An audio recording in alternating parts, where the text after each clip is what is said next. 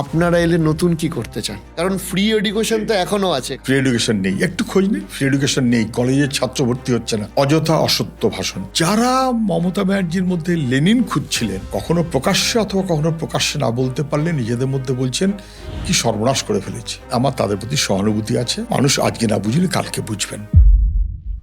চাকরি দেবার কথা বলে ভোট নিয়েছিলেন, চাকরি দিলেন না, দিতে পারলেন না, যুবশ্রী ধরা পড়ে গেল, ফালতু হয়ে গেল।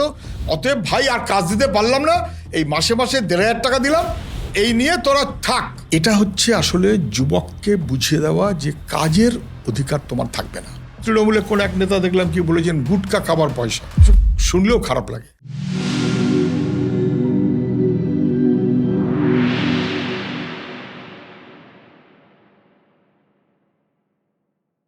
সিপিআইএম থেকে যাওয়া বহু নেতা বলেন যে মমতা বন্দ্যোপাধ্যায় সিপিআইএম এর থেকেও একজন বড় বামপন্থী। তার কারণ এই যে বিভিন্ন সোশ্যাল ওয়েলফেয়ার স্কিম সহ, এই যে আপনি বললেন যে যুবকরা যেতে পারলো না বা 16% গেল না, তাদের পাশে থাকার জন্য যুবশ্রী বা ইত্যাদি করেছে। তাহলে তো মমতা বন্দ্যোপাধ্যায়ও সাধারণ মানুষের হাতে একটা ডাইরেক্ট মানি ট্রান্সফারের মাধ্যমে কাজ করে দিচ্ছেন। আপনারা এলে নতুন কি করতে চান? কারণ ফ্রি এডুকেশন তো এখনো আছে এখানে। তিনটে কথা না, ফ্রি এডুকেশন নেই এখানে। ফ্রি এডুকেশন নেই, একটু খোঁজ নেই। ফ্রি এডুকেশন নেই, কলেজের ছাত্র ভর্তি হচ্ছে না, ফ্রি এডুকেশন নেই। ওগুলো সরকারের অযথা অসত্য ভাষণ। আমি আজ তিনটে কথা বলছি। আমি যদি কোনো পয়েন্টটা আপনার বাদ যে আপনি লাস্ট যে পয়েন্টটা জানতে চাইছিলেন যে আমরা আসলে কি করব, ভুলে গেলে আপনি বলে দেবেন।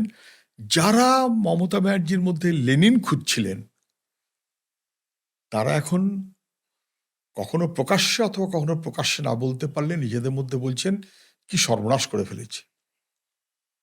আমার তাদের প্রতি সহানুভূতি আছে। মানুষ আজকে না বুঝলে কালকে বুঝবেন। 2 যুবসাথী, আপনি যুবশ্রী বলছিলেন, যুবশ্রী ছিল, এখন যুবসাথী। হ্যাঁ, আরেকটা হচ্ছে এটা নতুন কিছু মমতা ব্যানার্জি করেছেন তা না, নেগেটিভ করে দিয়েছেন। বামফ্রন্টের সময় বেকার ভাতা ছিল, কাজ অথবা কাজের সাপেক্ষে বেকার ভাতা। এমপ্লয়মেন্ট এক্সচেঞ্জে কার্ড থাকতে হবে বেকার ভাতার জন্য। কেন? কারণ তার অধিকার হচ্ছে কাজ। যতক্ষণ সরকার কাজের ব্যবস্থা করতে পারছে না, ততক্ষণ সরকার গুণাগার দিচ্ছে তাকে বেকার ভাতা দিয়ে। যখনই সে কাজ পেয়ে গেল, এক্সচেঞ্জে কার্ডটা অফ হয়ে গেল, বেকার ভাতাটা অফ হয়ে গেল। আমি জানি না, আপনার নিশ্চয়ই জানা আছে। That was the system.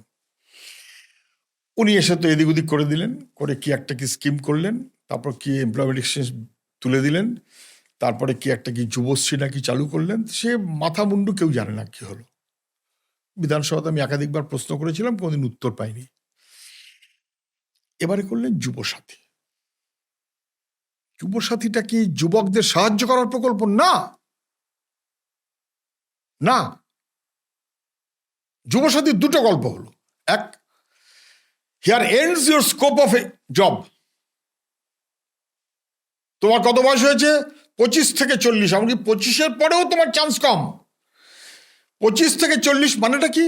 যখন তৃণমূল গভর্নমেন্টে আসলো এবং গভর্নমেন্টে আসার আগেই বললো যে আমি এসে সবার কাজ দিয়ে দেব, তাদের যে কাজ দিতে পারলো না, তখন যার বয়স 22-24, তার বয়স এখন 38-40।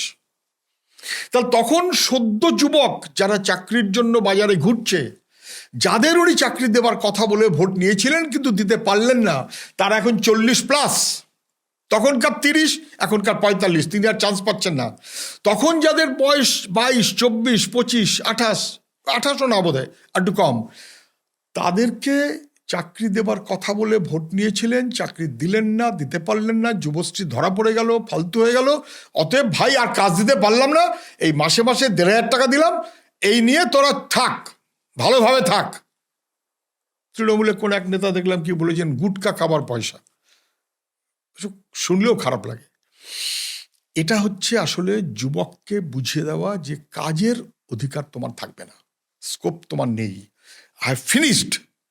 এই 1500 টাকা দিলাম, কদিন? 5 বছর। তারপরে কি করবে আমার বোঝার দরকার নেই, চড়ে খাও। 2,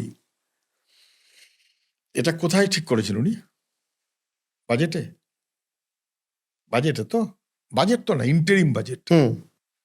ইন্টারিম বাজেটটা হয়ে গেল ভোটের বাজেট, যেটা হওয়ার কথা না। সরকার নতুন যে আসবে সে বলবে সারা বছরটা কি হবে। উনি মোটামুটি ভোটের বাজেট করলেন, আগামী দিন কি হবে, আগস্ট মাসে কি হবে, অক্টোবর মাসে কি হবে ঠিক করে দিলেন, যেটা করার কথা না।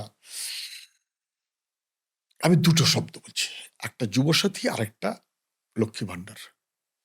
না, আমরা কোনোটার বিরুদ্ধে না।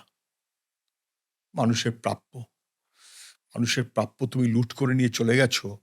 সোশ্যাল ওয়েলফেয়ার স্কিমে মানুষ আরো বেশি পাবার কথা, তুমি না দিয়ে নানানভাবে এদিক ওদিক করে যা লুকিয়ে লুট করে নিয়ে চলে গেছো, তার একটা ছোট্ট অংশ দিয়ে ভাবছো এবং দিচ্ছ কেন?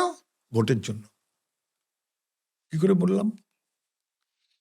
যুবসাথীটা ইন্টারিম বাজেটে বললেন। কবে থেকে দেবেন? আগস্ট মাস থেকে দেবেন। আগস্ট 26 থেকে দেওয়ার কথা। বাজেট শেষ, অধিবেশন শেষ, পাশ হয়ে গেছে আগস্ট থেকে দেওয়া। সরকার ঘোষণা করলে এপ্রিল থেকে দেবে। এটা কি লক্ষণ কিসের? বাজেট অধিবেশন শেষ, সেখানে ঘোষণা আগস্ট। বাজেট অধিবেশনের চেয়ে বড় অধিবেশন তো মমতা ব্যানার্জির নবান্নের ঘর না। আরে আরে আরে করো কি নন্দলাল?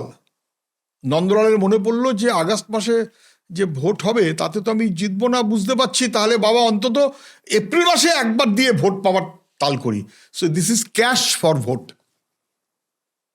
এটা যুবককে সাহায্য করার জন্য নয়, তার জন্য বহু প্রকল্প করা যায়, বহু প্রকল্প করা যায়। আমি আপনাকে দেখিয়ে দেব কি করে পরিবার পিছু 5,000 টাকা ডাইরেক্ট বেনিফিট ট্রান্সফার করা যায় এই বাজেটের মধ্যে।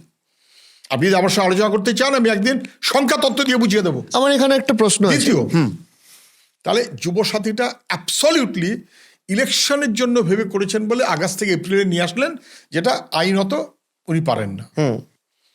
লক্ষ্মী ভাণ্ডার আমরা তো আপত্তি করিনি, দেশের বিভিন্ন জায়গাতে চলে, নানান ফর্মে চলে। কিন্তু মুখ্যমন্ত্রী গোয়ার ইলেকশনের জন্য বলেছিলেন 5,000 টাকা করে লক্ষ্মী ভাণ্ডার দেবেন জিতলে। তো তার পশ্চিমবাংলায় 5,000 টাকা না দিয়ে 500, 1,000, 1,500 কেন? ওখানে পার ক্যাপিটা বেশি গোয়াতে। ওখানে পার ক্যাপিটা বেশি নাকি ওখানে জীবনে জিতবেন না জেনে বলে দিয়েছেন সেটাও দেখুন।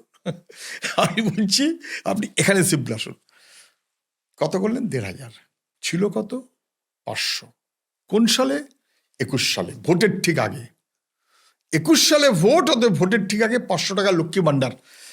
11 থেকে 21 পর্যন্ত মনে পড়েনি, হাল খারাপ। তাই উনি হাল খারাপ বলে ভোটের জন্য যে লক্ষ্মী ভাণ্ডার ব্যবহার করেন সেটা ভালো লক্ষণ না। ডাইরেক্ট বেনিফিট 5,000 টাকা দেওয়া যায়, কেন 500? সব লুট করে নিয়ে চলে যাচ্ছে। আরে বাম ফ্রন্টের আমলে তো ওই লুঠের কারবারটা ছিল না, ওই লুঠের টাকাটা ফেরত দিলেই তো আমি 5,000 টাকা দিতে পারি। 2, 22 সালে কি আপনি দিয়েছিলেন 500 টাকা বাড়িয়ে 800, 1,000, 2,000? না, ভোট ছিল না। 23 সালে আপনি করেছিলেন, বাড়িয়েছিলেন? না, ভোট ছিল না। বাড়ালেন কবে? 24 সালে, লোকসভা ভোটের আগে।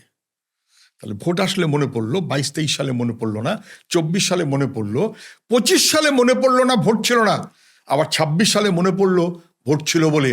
তাহলে এটা কার্যত ভোটের জন্য প্রকল্প বলে মুখ্যমন্ত্রী ব্যবহার করছেন।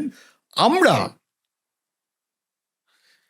ডাইরেক্ট বেনিফিট টু ফ্যামিলিজ, যৌথ পাট্টা আমরা চালু করেছিলাম, পুরুষ মহিলা একসাথে যৌথ পাট্টা। সে যৌথ হোক আর মহিলাদের নামে হোক, অন্তত 5,000 টাকা বেনিফিট দেওয়া যায় এই বাজেটের মধ্যেই। তার প্রভিশন আছে। উনি লুট করছেন বলে দিচ্ছেন না। ভোটের জন্য যখন ভোট আসে তখন দেন, যখন ভোট আসে না তখন সংখ্যা বাড়ে না। Very simple. আমরা চেয়ে অনেক বেশি করব। আপনি কেরালার দিকে তাকালে বুঝবেন, ওদের কুটুম্বশ্রী একটা প্রকল্প মহিলাদের আত্মসম্মান, মর্যাদা এবং অর্থনীতিকে কিভাবে এগিয়ে নিয়ে গেছে।